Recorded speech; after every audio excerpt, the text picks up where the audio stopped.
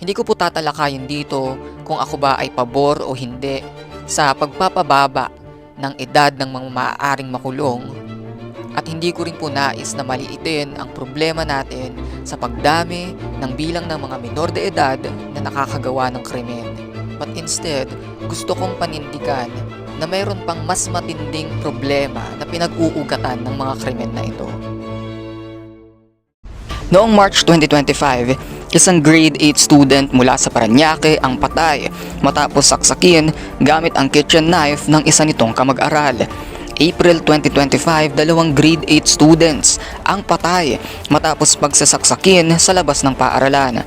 Ang mga sospek, 3 menor de edad na kanila ring kaeskwela. Isang guro naman ang patay sa Lanao del Sur matapos barilin ng isang grade 11 student na umano'y binigyan ng biktima ng bagsak na grade. Isang 15 anyos naman mula sa Nueva Ecija ang patay matapos barilin ng kanyang ex-boyfriend sa loob mismo ng kanyang paaralan. Isang 9 anyos naman na grade 3 student sa Lanao del Norte ang nakomatos matapos bugbugin ng 5 high school students habang ito ay naglalakad pa uwi. Isang senior high school student ang patay rin sa saksak matapos makipag-away sa isa pang estudyante sa Batangas. Isang 15 anyos na estudyante naman mula sa Pampanga ang patay nang saksakin din ng kanyang kaklase dahil sa alitan. Isang 15 anyos naman na grade 10 student ang patay sa saksak din sa Maynila. Ang suspect, isa ring grade 10 student na nakaalitan umano dahil sa girlfriend ng biktima. 7 grade 5 students ang lubhang na injure naman matapos ang walang habas na pananaksak sa isang classroom ng isang grade 8 student sa Cavite. Sa Cavite pa rin, isang 18 anyos ang pinagsasaksak ng isang senior high school student. Nito lamang June 22, 2026, sa isang paaralan sa Tacloban, 3 ang patay habang 20 naman ang injured matapos ang pamamaril ng 2 menor de edad na estudyante. At nito lamang Miyerkules, June 24, sa Negros Occidental naman, isinugod sa ospital ang isang grade 9 student matapos saksakin ng kanyang kamag-aral na grade 10 sa labas ng kanilang eskwelahan. Noong October at September 2025, I uploaded in my social media platforms a series of contents. Matapos yan, na magulantang ang lahat sa pagkakadiskubre ng bilyon-bilyong korupsyon sa mga flood control projects sa ating buong bansa, na tinataya pa ngang 1 trilyong piso ang nawala nang hindi nalalaman kung saan napunta. We can all agree na it was a crisis, a national crisis, a flood control crisis. 1 trillion pesos scandal, ghost projects, nagpoprotesta na ang mas maraming Pilipino, at nanganganib ng husto ang kredibilidad ng ating pamahalaan. And today, something is also happening. Another crisis.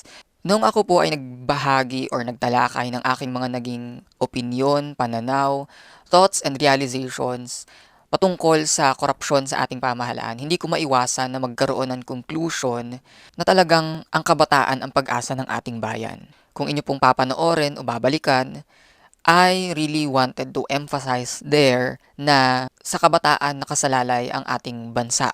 I believe na ang kabataan ay hindi na lang bastang kinabukasan ng ating bayan. Ang kabataan ang ngayon na ng ating bayan.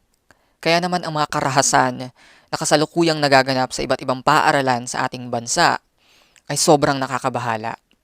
Hindi ko po tatalakayin dito kung ako ba ay pabor o hindi sa pagpapababa ng edad ng mga maaaring makulong, at hindi ko rin po nais na maliitin ang problema natin sa pagdami ng bilang ng mga menor de edad na nakakagawa ng krimen. But instead, gusto kong panindigan na mayroon pang mas matinding problema na pinag-uugatan ng mga krimen na ito.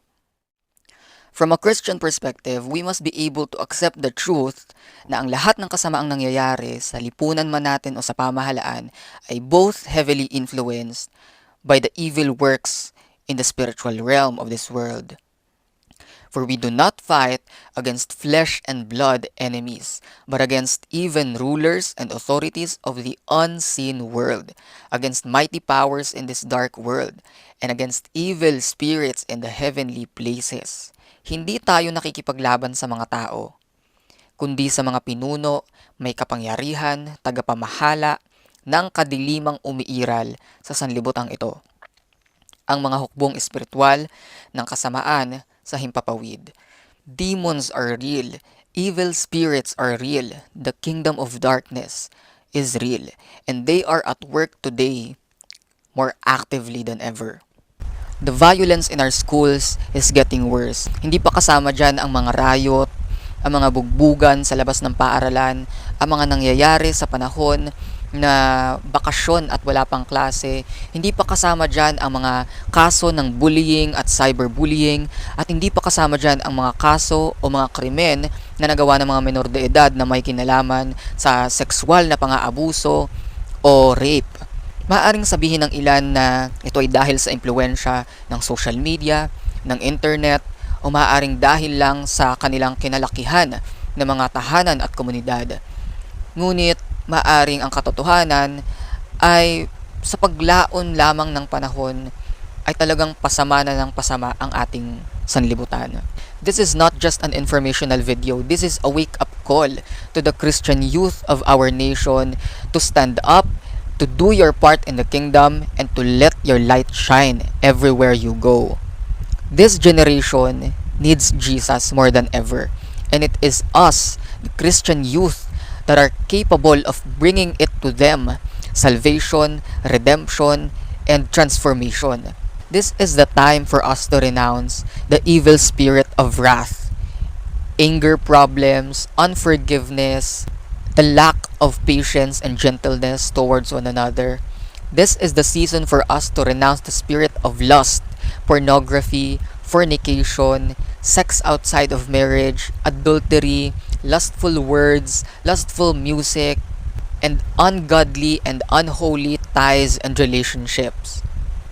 Let us renounce the evil spirit of pride, self-centeredness, selfishness, self-obsession, and arrogance. Renounce the evil spirits of sloth, procrastination, laziness, bed rotting, doom scrolling, and any other distractions that keeps us from the important matters.